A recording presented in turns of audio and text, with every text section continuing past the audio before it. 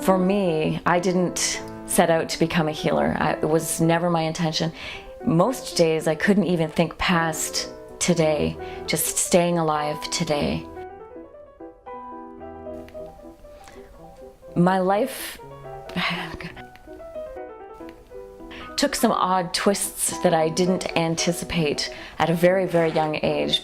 I know my mom told me very recently that she had a vision soon after I was born that I had 9 cat heads. By the time I was 16, I was diagnosed with a very rare genetic disease with a name so long that even most of the doctors had never seen anyone with it or had trouble pronouncing it. It was nothing I'd ever even heard of before. I every day went up to this one bridge and contemplated jumping off of it. I think the only thing that actually stopped me was fear that I might not actually kill myself, but that I might end up with worse problems, which at that time was still hard for me to imagine. My doctors had told me a cold or a flu could be all it takes to kill me. Even something as simple as some emotional stress could be fatal. So I trusted my doctors yet again, and I had a flu shot, which was intended to prevent me from getting the flu so that I wouldn't be killed by the flu. Unfortunately, though, I had what's called a vaccine-induced disease, and had trouble getting out of bed the next morning from that day forward for years. It was at the point when my medication had been changed and all these basically experiments were taking place on my body. By the time I was 19, that I actually was at my worst. And that is a time that I will never forget. That's an image that's engraved, I think, permanently into my mind. And it was a day where I was in bed like every other day, and sleeping for up to 23 hours a day. And the phone rang, and the phone was right beside my bed. It was just a hand's reach away, and I could not lift my own hand to pick up the phone. And just feeling such a loss of control and a sense of helplessness that I've never imagined. To me, that was the worst day of my life.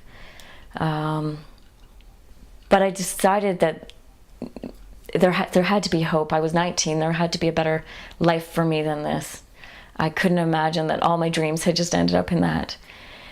And so I took it upon myself to try to learn whenever I could, which was rare, but even if it was just sentences at a time. I couldn't do much to prepare food, so I would only eat fruit most of the time. And that turned out to be a real blessing in disguise. It was during that time that I really started to see some progress. And finally I was up. I was able to move around freely again and pursue more things in my life. And it was during that time of my healing that I had a very severe car accident and had a spinal injury, and my health just took another nosedive. It wasn't long after that I was in an acupuncturist's office, and I had perhaps the most profound, life-altering experience for me that I'd ever had. I remember feeling a jerking sensation in my body, and then seeing the most brilliant light that I had ever seen, completely not an earthly light, nothing that I'd ever seen before. And I suddenly felt absolutely no pain, no emotional pain, no physical pain, only absolute bliss. And I was floating higher and higher. And I realized at that point, I've died. That was my body that was still laying on this table. I felt an absolute sense of peace about it, though. I heard the voice of what I'll call God, because I'm not sure what else to call it, ask me whether I wanted to stay or go back. I'd always felt like I wanted a vacation from my body. I wanted to leave my body behind because I felt like my body had failed me so much. And yet, when the moment came to choose, I immediately chose to come back. And at that point, I transported right back into my body, felt the jerking sensation, and felt every single bit of pain.